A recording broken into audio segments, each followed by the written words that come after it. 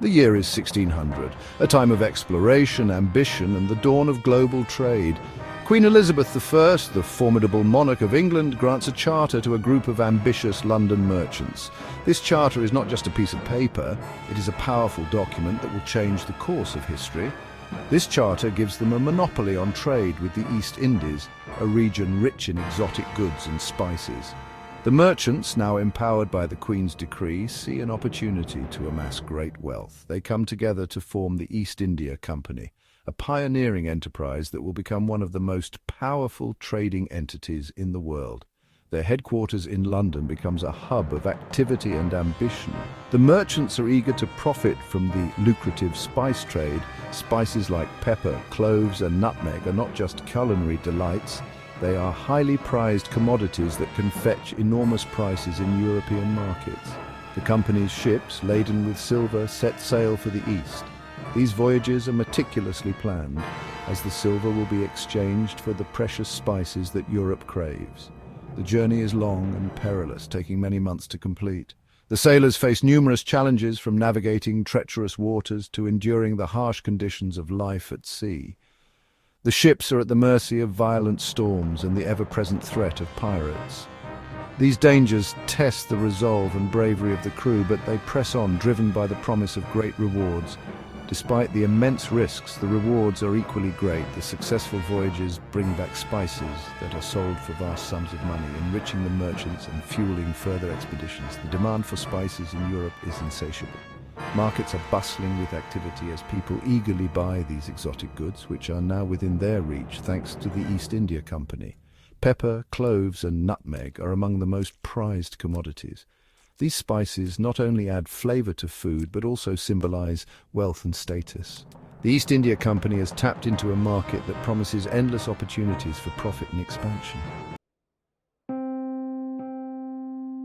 The East India Company establishes its first trading post in Surat, India in 1608. This marked the beginning of a new era in global trade and colonial expansion. Surat, a bustling port city, became the gateway for British merchants eager to tap into the rich resources of the East.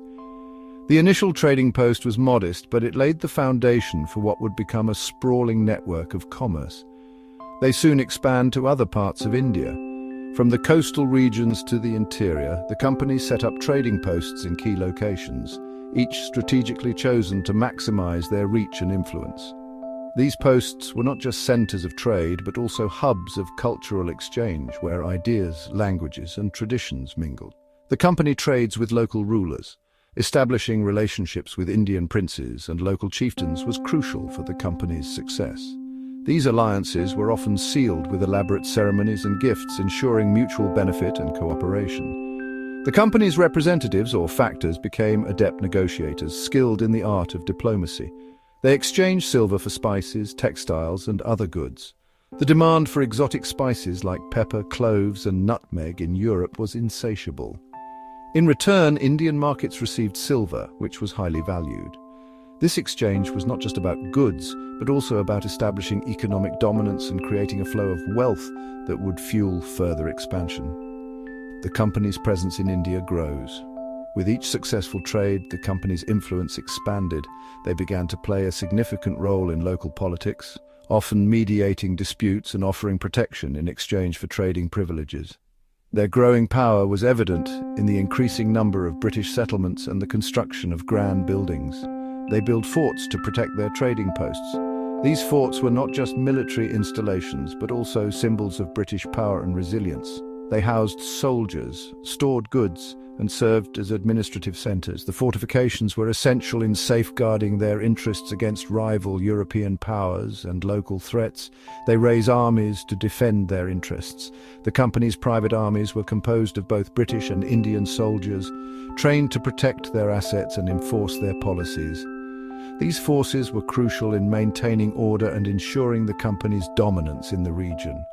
Gradually, the East India Company transforms from a trading company into a political power. What began as a commercial venture evolved into a formidable political entity, wielding significant influence over vast territories. The company's ability to govern, tax, and maintain order marked the beginning of British colonial rule in India, setting the stage for centuries of imperial dominance. The East India Company's influence in India expands rapidly. They exploit divisions among local rulers.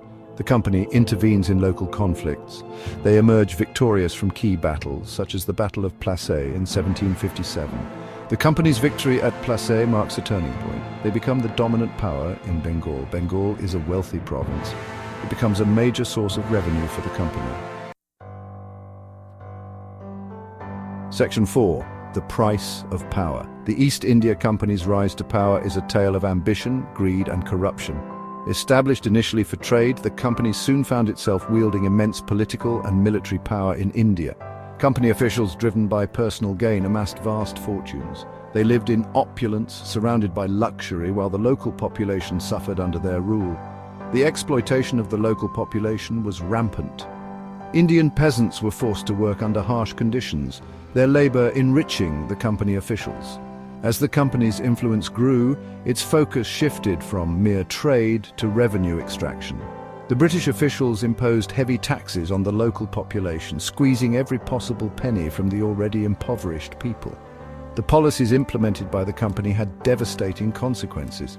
Entire villages were left desolate, and families plunged into poverty. The social fabric of Indian society was torn apart. High taxes were imposed on farmers, making it nearly impossible for them to sustain their livelihoods. The burden of these taxes was crushing, leading to widespread discontent and suffering. The company also forced farmers to grow cash crops such as opium and indigo instead of food crops. This shift in agricultural practices was not only detrimental to the farmers but also to the entire region's food security. The focus on cash crops led to widespread famine and suffering. With less land available for growing food, the local population faced severe food shortages. Starvation and death became common sights in many parts of India, a tragic consequence of the company's relentless pursuit of profit. Section 5. The company's grip. The Bengal famine of 1770 is a horrific tragedy. Millions of people die from starvation. The famine is a direct result of the company's policies. It exposes the brutality of their rule. The company's grip on India tightens. They expand their control over vast territories. They establish a complex administrative system. The company's rule is marked by both progress and exploitation. Section 6. Seeds of discontent. The East India Company's excesses do not go unnoticed. Critics in Britain voice their concerns. They denounce the company's greed and corruption. They call for government intervention. The British government is increasingly drawn into the company's affairs. The company faces financial difficulties. They require government bailouts. The British government passes a series of acts to regulate the company. Section 7. A legacy forged. The East India Company's rule in India comes to an end in 1858. The British government assumes direct control of India. The company's legacy is complex and contested. The East India Company played a pivotal role in shaping modern global trade. They left an indelible mark on India's history and culture. The company's story is a cautionary tale about the dangers of unchecked power and greed.